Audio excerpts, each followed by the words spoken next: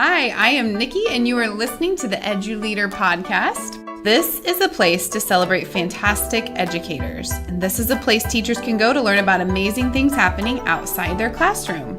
Today, we are talking to my friend, Korenne Whitcomb, who is a special education teacher for ANW Coop. Korenne is at Iola, and Korenne is a part of the teacher leader cadre, and she's a very valuable member to the team. She's always got some great insight into some of the different topics that we have discussed.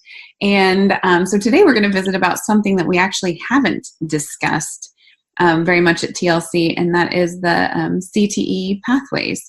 So I would love to know a little bit more about how your school is utilizing that to help prepare students.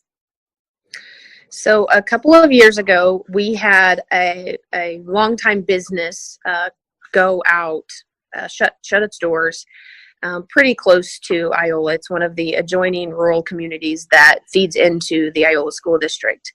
And another businessman purchased the property, didn't really have anything to do with it, and approached the school about using it for a welding construction, like a vocational education facility for students. He was, I think, one of those type of kids, and he saw the need that we need to prepare kids for something other than college. And so the school district partnered with two different local junior colleges. One does a welding program and one has a construction program, and they partnered with those, and we started that program about 3 years ago at what we now call our tech center. So that's been going on for a couple of years. We have students who go out, and so they're completing a 2-year certificate program that they normally would do after they get out of high school. They're doing that their junior and senior year of high school. So when they graduate high school, they have a certification in welding or a certification in construction. They have an industry credential that allows them to go get better than an entry-level job in those fields. So last year was our first year to graduate some kids out of that program.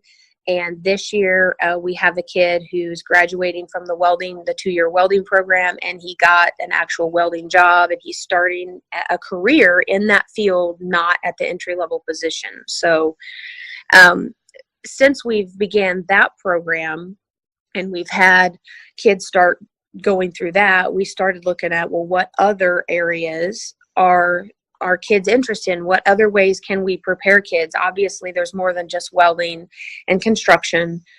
We have a lot of kids interested in taking their CNA classes in high school and, preparing to enter the health field. So last year we got associated with the local hospital, and they started allowing a few interns to come out there. So we have high school kids who actually get to watch surgeries. They work a couple of hours a day in the hospital, just engaged in that field, so they can learn firsthand what it's really like. I believe we've expanded our pathways here from those 3 areas to, I'm going to say the number wrong because it seems like every day I feel like we're changing it. I think we have 19 pathways here. And it's just, we have a culinary pathway. We have engineering stuff. I can't tell you all of them off the top of my head. If I had the paper in front of me, I could, but, it's just really neat to see the ways that we can provide education, valuable education to kids that can take it and use it, Every kid's not going to college, and we live in a very, very rural, low SES area. And the reality that every kid, we have approximately 175 juniors and seniors, and I think they said 44 of them took the ACT last year. Well, what are we doing for the rest of those kids? We can't just prepare them to go to college when the numbers show that the majority of our kids don't go to college. So I feel like this is our opportunity with these CTE pathways to produce a better product for our community. Mm-hmm. As an educational system. In the past, looking back at even some of the kids who have left, and what they're doing now, like, I just feel like this is our opportunity to really show our community that we can produce a better quality product. Some kids that can go out and they're great employees and they have skills. And if you find those skills that they are passionate about, they will excel. So I don't know. It's just, we've got a long ways to go for sure. There's a lot of work left to do, but I feel like we're on the right track and we are starting to see those little successes. So. Yeah, I really appreciate how the state of Kansas defined success as more than just going to college, because Yes, there's a lot of jobs that you can get if you have training that are better paying than jobs that you get after you go to college. So I think that happiness piece, finding a job that you love, something that you can get paid for, and something that provides for your family and contributes back to your community. I think that looking at those markers for success, I think is really valuable moving forward in education. And I agree with you that's great. So not all of your pathways are part of Senate Bill 155. Is that correct? Like, you're not the internships, correct? Right. Not every pathway is part of Senate Bill 155. There are, of course, the ones that cross over and that are part of that, but not every single one of them is. So they actually did a survey last week. There was an article.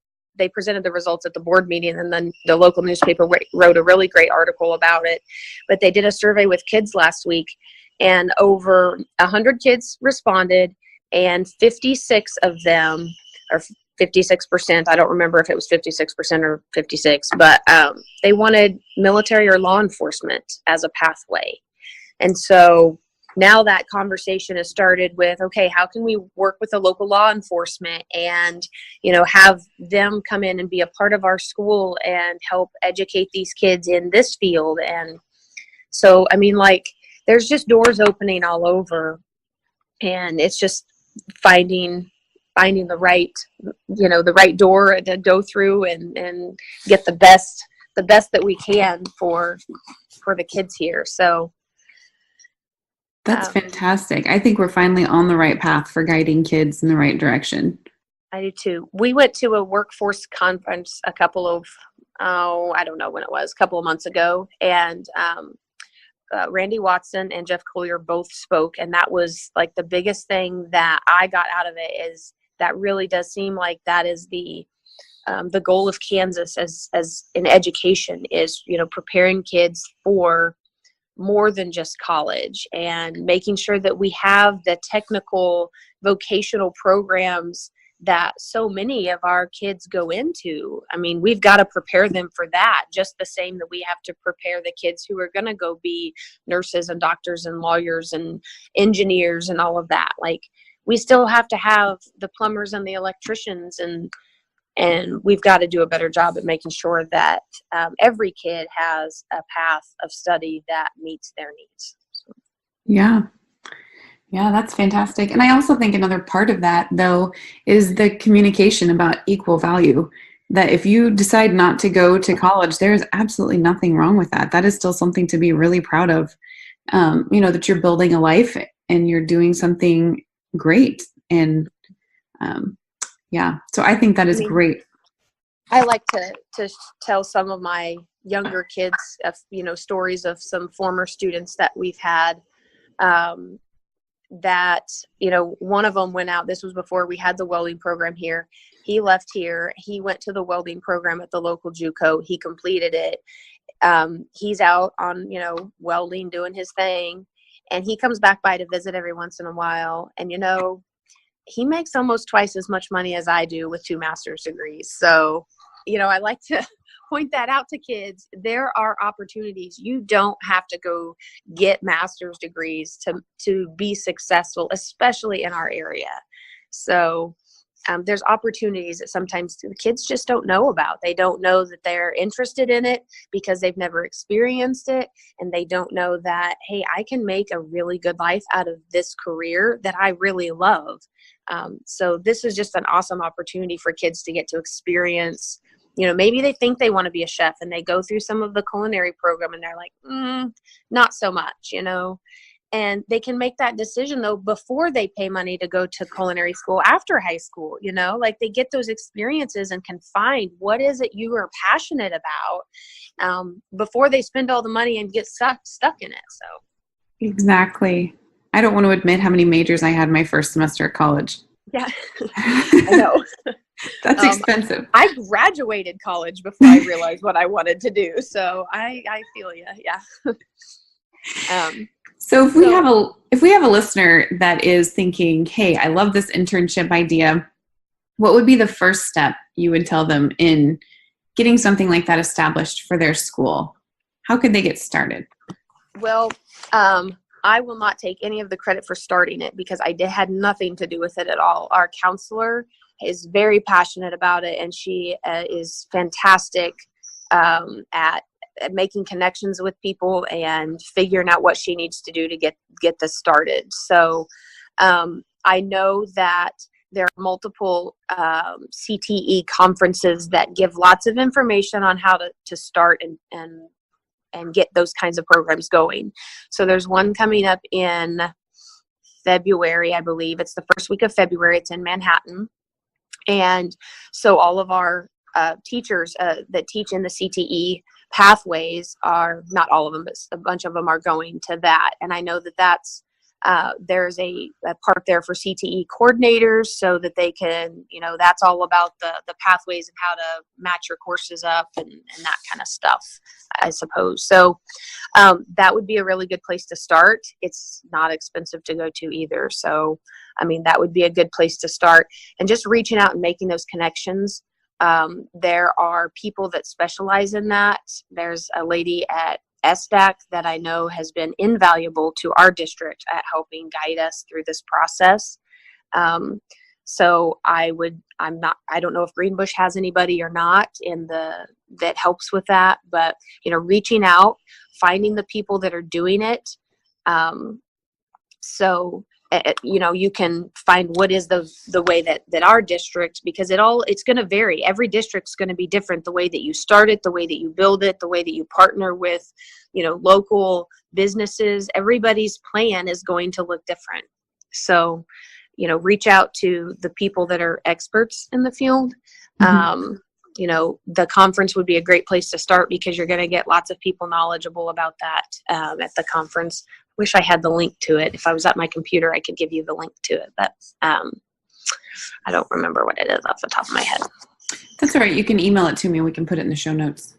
Okay. I'll do that. Yeah, that sounds like a great resource, but it sounds like really just networking and kind of figuring out what your community wants and what the kids are interested in. Yeah. That's the biggest deal. I don't know that this is 100%, but one of our community members was like, hey, we need to do something here. And that's kind of, our welding and constructions started with, community people saying, this is a need that we see. And so how can we work together to do this? Here, let me give you this giant building so that we can do this. So we partnering with the local JUCOs on what programs they have, I know was a big part of that because, we don't have a welding and construction teacher both here at our school. So, great. So lots of opportunities to just be creative and see what works for you. Absolutely. I know that on the KSDE website, there's a list of industry credentials that are available in all kinds of different pathways. So you can look through there and be like, okay, I teach a culinary class here. So if I wanted to know, well, what industry credential can I get a student for the culinary field? KSDE has already compiled a list of ones that they recognize. So you can just go to this list and be like, okay, culinary, here's all the different ways that I can get an industry credential for a kid. And then, as they graduate, if they already have that under their belt, so they can go out and get a job in the field. I love it. That's fantastic. Thank you very much for taking the time to share this with us. And just again, this is Korenne Whitcomb from Iola. So thank you very much for chatting, and hope everybody enjoys listening. So have a great day.